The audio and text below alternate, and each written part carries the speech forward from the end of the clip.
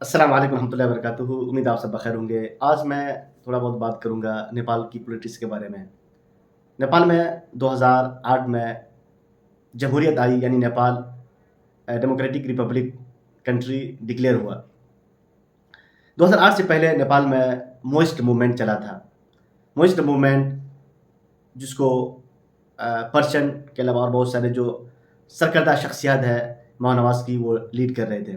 फिर फाइनली ये हुआ कि 2008 में डेमोक्रेटिक रिपब्लिक आया। उसके बाद नेपाल एक जमहूरी मुल्क करार पाया। और उसके बाद फिर जो प्रचंड है, वो इनकी जो पार्टी है, एक थर्ड बड़ी पार्टी की हैसियत से नेपाल में इमर्ज हुई। और काफ़ी उन्होंने प्राइम मिनिस्टर की पोजीशन भी उन्होंने हासिल की कई मरतबा।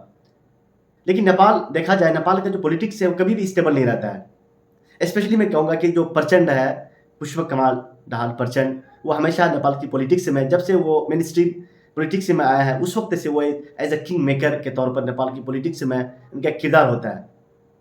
क्योंकि नेपाल में मेजोरिटी तो बहुत मुश्किल होता है किसी पार्टी को लाना। नेपाली कांग्रेस कुछ सीटें लाती है, कुछ सीटें एमाले लाती है, और थर्ड पार्टी के तौर पर प्रचंड की बात आती है।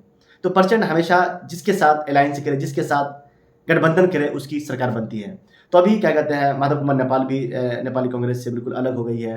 उसके बाद इस वक्त अभी आप रवि लामी-छाने, जो एक मशहूर सहाफ़ी थे और अभी हैं, लेकिन वो पॉलिटिक्स में एंटर किए और उन्होंने अपनी पार्टी स्थापना किया।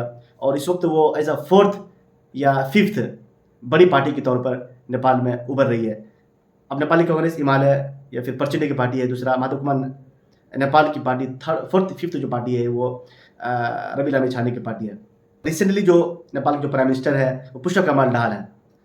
प्रचंड प्राइम मिनिस्टर थे, नेपाली कांग्रेस से गठबंधन करके वो प्राइम मिनिस्टर का मतलब ओहदा संभाल रहे थे। हिमालय और माधव कुमार नेपाल, इधर प्रचंड नेपाली कांग्रेस से मतलब वो इत्तेहाद तोड़ करके हिमालय के साथ इत्तेहाद बना करके एक नई सरकार गठन किया, जिसमें नया मंत्रालय भी उसमें शामिल किया गया। उस नए मंत्रालय में आपको रवि लामी-छाने गृह मंत्री के तौर पर शपथ लिया है। तो नेपाल की जो हुकूमत है वो बिल्कुल स्टेबल कभी नहीं रहती है। हमेशा मतलब कभी ये, कभी वो प्राइम मिनिस्टर, कभी उस पार्टी प्राइम मिनिस्टर, कभी ये, बिल्कुल एक अनस्टेबिलिटी नेपाल की पॉलिटिक्स में रहती है। स्पेशली आप देखें, जो सत्ताधारी लोग हैं, उनको लोगों क्या से कोई इतना फ़र्क नहीं पड़ता है। आवाम से, पब्लिक से, लोग कहाँ जा रहे हैं, क्या खा रहे हैं, क्या पी रहे हैं, उनको फ़र्क नहीं पड़ता। वो ओहदा के लिए, अपनी सियासत को बचाने के लिए पार्टी बदलना पड़े तो उनके लिए कोई मुश्किल नहीं होता है। किसी से इत्तेहाद तोड़ना पड़े तो मुश्किल नहीं होता है, किसी से इत्तेहाद बनाना पड़े तो उनके लिए मुश्किल नहीं होता है।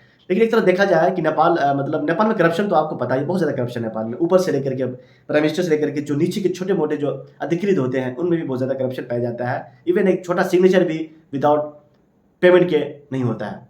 फिर भी नेपाल, आपको जब से डेमोक्रेसी नेपाल में आई है, नेपाल में तरक्की भी हुआ है। हेल्थ सेक्टर में नेपाल काफ़ी डेवलप हुआ है, टूरिज़्म को नेपाल ने डेवलप किया है, और बहुत सारे जो सेक्टर में नेपाल डेवलप हुआ है। लेकिन नेपाल में करप्शन ना हो तो मेरे ख़्याल से, जैसे सिंगापुर है, सिंगापुर के जो राष्ट्रपति, उसका नाम भूल रहा हूँ मैं, जब वो चार्ज संभाला सिंगापुर का, तो सिंगापुर नेपाल से भी उसकी इकोनॉमी ख़राब थी।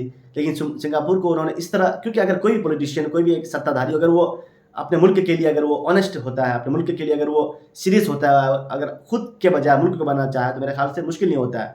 आप देखें गल्फ़ कहाँ से कहाँ पहुँच गया। आप देखें सिंगापुर एक रोल मॉडल बना हुआ है, एक डेवलप कंट्री के तौर पर वो देखा जा रहा है। तो अगर नेपाल के जो पॉलिटिशियन, अगर वो ऑनेस्ट होते हैं, अगर तो नेपाल भी तरक्की कर सकता है। इंशाल्लाह फिर बात करता हूँ नेक्स्ट वीडियो में। नेपाल के जो दीगर बहुत सारे ऐसे इश्यूज़ होते हैं, इंशाल्लाह मैं आप तक शेयर करता रहूँगा।